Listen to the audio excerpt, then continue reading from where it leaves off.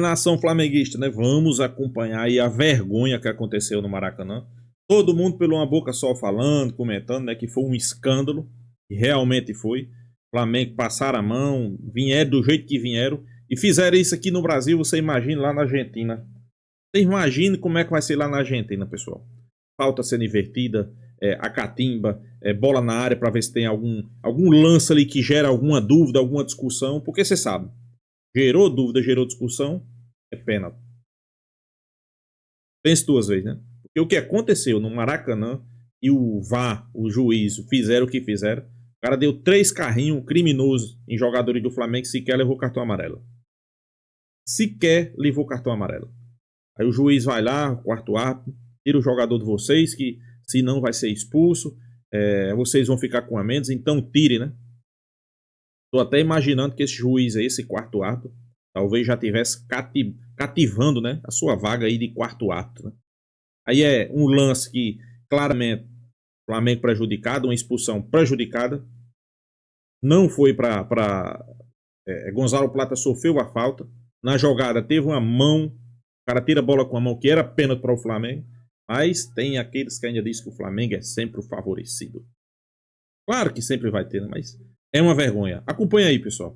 Créditos do vídeo vai para ESPN Brasil, link na descrição.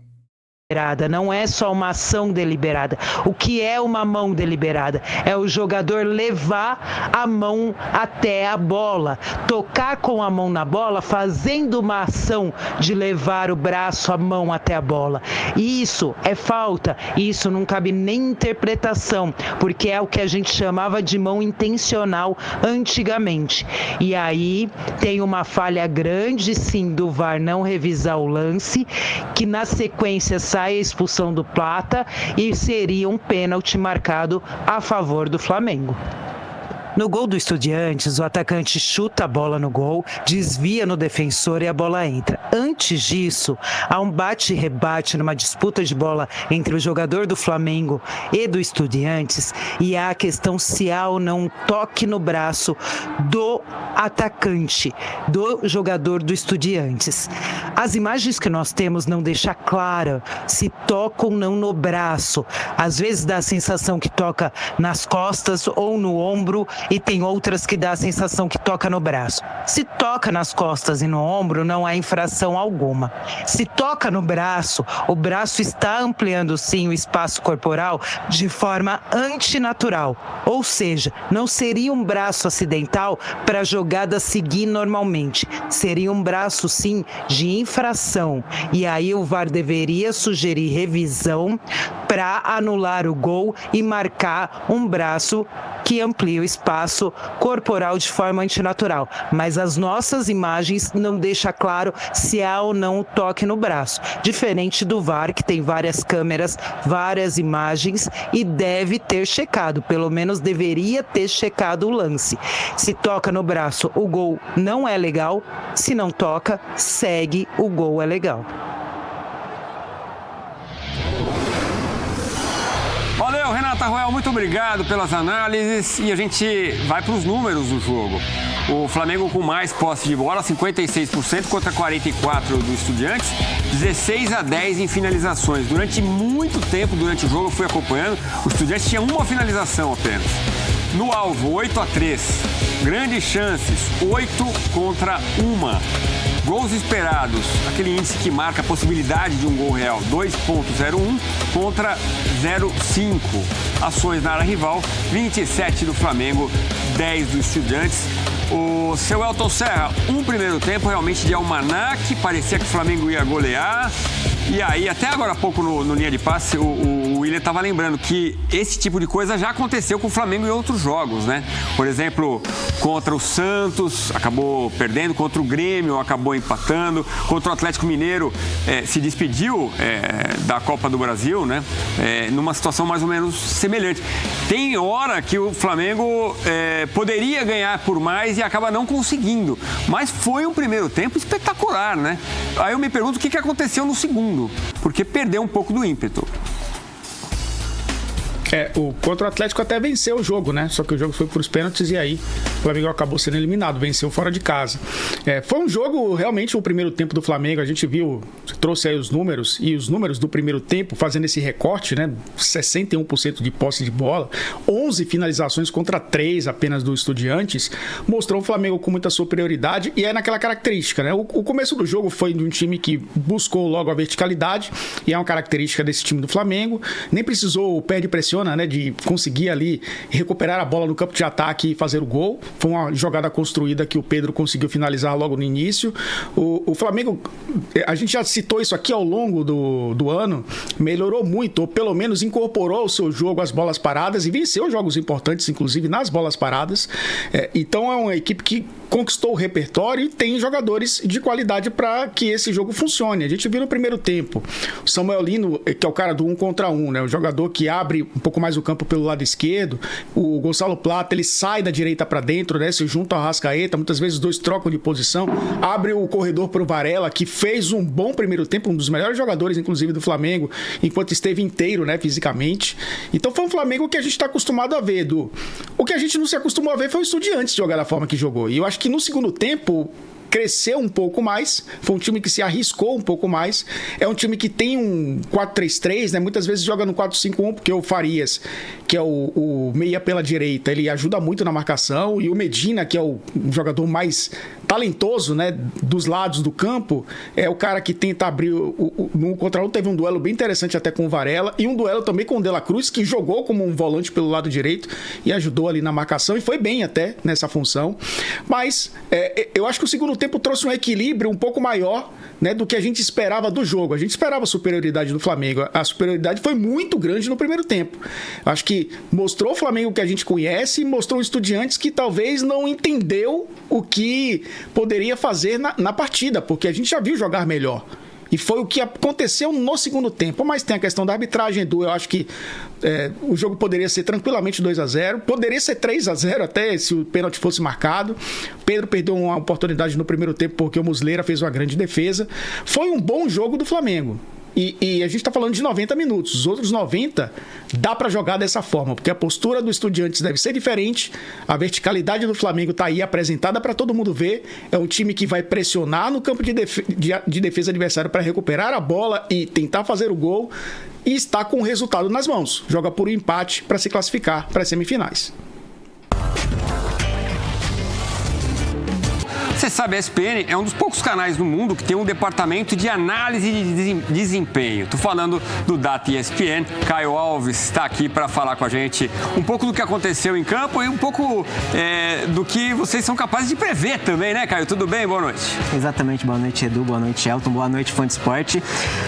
Hoje tem um temperinho na análise da dupla Kaká, que o Edu Elias apelidou, que é Caio Alves, Matheus Carreira. Então, fã de esportes, antes de mostrar a análise pra você, eu vou mostrar o que o Matheus Carreira fez, a bruxaria que ele trouxe pra gente hoje. Os pontas, os jogadores mais abertos dessa segunda linha, eles demoram um pouquinho para se alinhar aos volantes. O que acarreta isso? Uma situação onde os jogadores mais abertos podem receber com liberdade e também situação de ultrapassagem. O que acontece? A gente pode imaginar aqui Samuel Lino com Ayrton Lucas combinando ali. E isso gera outro efeito dominó, que é a abertura de um espaço que é muito importante para o jogo do Felipe Luiz, que é este que está em amarelo aqui, chamado meio espaço. O que é o meio espaço? Basicamente, a região entre lateral e zagueiro. Aqui a gente pode imaginar Samuel Lino, a gente pode imaginar a chegada de um volante, o próprio Ayrton Lucas ultrapassando por dentro. É uma região muito perigosa que o Flamengo pode acessar. Mas vai ser um cruzamento que é outra coisa que o Estudiantes não tem tido muito sucesso em defender. Gol do Data ESPN. Exatamente, gol do Data ESPN, bruxaria de Matheus Carreira, o outro analista do Data. E é por isso que a gente vai trazer a análise do gol, do que aconteceu nesse jogo contra o Estudiantes, que é o gol de Matheus Carreira, que ele previu antes, durante o dia, pra gente ao longo da programação do Sport Center. Eu vou mostrar aqui pra você, no jogo efetivo, no campo, como que aconteceu esse gol. Então, como o Matheus Carreira previu pra você, fã de esporte, a questão do corredor, do cruzamento que não sabe marcar muito bem, a deficiência do Estudiantes. Então a gente vê o Léo Ortiz, ele já faz a inversão pro Samuel Lino, como o Matheus Carreira ele tinha mostrado para você, Fã de Esporte. E aí a ultrapassagem de quem? Do lateral Ayrton Lucas. Perceba, Fã de Esporte, o ponta, os dois pontas no caso, o Medina aqui e o ponta direita do Estudiantes aqui. No caso, eles deveriam estar um pouco mais fechados aqui, ajudando um pouco mais. Como não aconteceu, que é a fragilidade do Estudiantes, ultrapassagem do lateral, combinação com o Samuel Lino, e aí mais uma vez lá do outro lado do campo, o ponta deixa de proteger a entrada do Varela, e aí o Varela livremente tem tempo e espaço para finalizar. Então, gol de Matheus Carreira e não só gol do Flamengo. E aí, para a gente continuar com a análise, ponto para o Matheus Carreira, para a gente continuar com a análise, mostrar o domínio do Flamengo e também o entrosamento. Ontem a gente falou do entrosamento do Flaco com o Vitor Roque, hoje o entrosamento do Arrasca com o Pedro. Então, outra falha defensiva no caso do Estudiantes, de não marcar muito bem esse quadrado aqui. Todo mundo marcando Samuel Lino, 4 jogadores em um só, e aí deixa o Arrasca livre, com tempo, com espaço, aí é fatal para qualquer adversário. A gente vê que ele dá uma olhadinha antes para ver se tá sendo marcado, não tá. E pede a bola. Pede a bola, recebe, e aí o ataque é o espaço do Pedro. Essa combinação de não precisar nem encostar na bola, o Arrasca a gente vê aqui, ó. Nem encostou direito na bola, o Pedro já faz o quê? O ataque é o espaço. O Pedro também tá apontando ali, ó. É Exatamente. Ali, ó. É a combinação dos dois, é o entrosamento. A gente sabe como os dois se combinam, se casam muito bem, se conectam dentro de campo. E aí, o lance é, mais uma vez pra você, Fã de Esporte. Eu acho que eu vou ver esse lance, eu vou ver a bola entrar ainda. Se rolar mais umas 3 vezes, eu acho que entra. Mas pra gente fechar aqui, a questão do jogo de progressão, do jogo de atração do Flamengo, como ele atrai muito bem os seus adversários. A gente vai ver a bola chegando no Rossi. E aí, há 2 semanas atrás, o Felipe Luiz, na Flamengo TV, ele deu uma entrevista pro Zico, falando que, normalmente, quando ele atrai o adversário, assim, a gente vê que tá todo mundo marcado aqui, ó, marcando aqui, marcando aqui, marcando aqui. Tá todo mundo encaixado, que é justamente intencional. Flamengo atrai o adversário para você. O que o Felipe Luiz falou? Seja pro zagueiro, seja pro lateral, seja pro goleiro, olha pro jogador mais distante. Normalmente ele tá melhor posicionado e é o jogador mais técnico. É o Arrasca, é o Lino, é o Pedro. No caso, o Rossi, a gente vai ver que ele vai buscar o Pedro livremente, ele recebe, tem tempo e espaço junto com a Arrascaeta de encontrar esse campo livre. Então ele já superou metade do bloco do Estudiantes, e aí tem a finalização do Plata também. A gente vê com a facilidade que o Flamengo tem para chegar, para atrair e mobilizar os seus adversários, Edu. Uma grande jogada, né? A conclusão que foi uma judiação. Não sei até que ponto foi aquela coisa, tá tão tranquilo, tá tão fácil o jogo que uma hora sai o gol. Enfim, faz falta, né? Tanto do Pedro quanto do Plata agora. Muda o panorama pro jogo da semana que vem. Repito, você vai ver com a gente nos canais ESPN e no Disney+. Caio, obrigado. Sempre um show, hein? Que agradeço. Nação flamenguista, é uma vergonha o que aconteceu aí no Maracanã, né? É uma vergonha. É o Flamengo, da forma que foi assaltado, da forma que foi prejudicado, né? Porque a gente não teve como colocar as imagens, pessoal. Mas eu vou ver por onde a gente vai conseguir essas imagens aí novamente. Não teve como eu pegar. Mas tem uma conversa do 4º ato com o auxiliar e o treinador do Estudiantes. Mas não é só 2, 3 palavras. É uma conversa de quase 1 minuto, 2 minutos, né? O cara lá orientando, tira o jogador que ele vai ser expulso, bota outro do banco, o treinador vai lá, vai no banco, já manda preparar. Pessoal, é uma vergonha o que aconteceu. Eu acho que a Conmebol deve, no mínimo, explicações, né, sua Conmebol? Pois é o que eu sempre digo. Flamengo sempre disputando, Flamengo sempre ganhando. Não é bom para a Conmebol, né? Como assim? Uma competição que só um ganha, não é bom. Não é bom, pessoal. Claro, é bom para o Flamengo, né? Mas para a Conmebol, isso aí não é bom, né? É uma pena que isso tenha acontecido, né? Ficou escancarado, né? Pênalti. O cara tira a bola com a mão na mesma jogada que ele expulsa Gonzalo Plata, o VAR não avalia. Então, isso pra mim aí foi o fim. Não tem nem condições, pessoal. Isso aí eu não vou nem discutir. É futebol. Não tem nem como discutir futebol. O Flamengo foi dominante. O Flamengo, inclusive, eu acho que merecia ter vencido o jogo. No mínimo por 3-0. O Estudiantes não fez nada. Nada de nada. Ok, se aquele gol que o Estudiantes tivesse feito, o Flamengo tivesse com Gonzalo Plata, o Flamengo tivesse convertido o pênalti, né? E foi pênalti, né? O cara tirou a bola com a mão. Mas o VAR, eu não sei nem se tinha VAR. Eu tô aqui nessa dúvida. Eu acho que não tinha VAR, pessoal. Talvez fosse isso, né? Mas isso aí ficou uma vergonha, né? Pra Conmebol, né? Ficou algumas coisas escancaradas que, dependendo do próximo jogo, aí, pessoal, no mínimo o Flamengo deve entrar com alguma coisa aí, criticar só não basta, né? O Flamengo tem que, sei lá, fazer algum manifesto, algum protesto. O Flamengo tem que tomar as providências, porque isso aí não pode acontecer. É uma vergonha, né? É uma vergonha. É o mínimo que a gente espera. É o mínimo. Mas fazer o quê, né? Fazer o quê? Quando a gente reclama que não é futebol sul-americano, que o futebol sul-americano é isso, futebol sul-americano não, futebol brasileiro. Tá aí, pessoal. Futebol sul-americano. Não é uma vergonha? Me diga se não é uma vergonha. Mas fazer o quê, né? Fazer o quê, né? Agora, se preparar para o próximo jogo. Isso aí é um fato. É uma realidade. Mas eu sei que muitos vão dizer aí, não, mas o Flamengo não levou o jogo a sério no segundo tempo, a partir do momento. Não, pessoal, acho que eu não vejo nem isso. Eu acho que uma coisa não tem nada a ver com a outra, né? Independente que o Flamengo matou o jogo no início ou no final, isso aí não cabe discussão, né?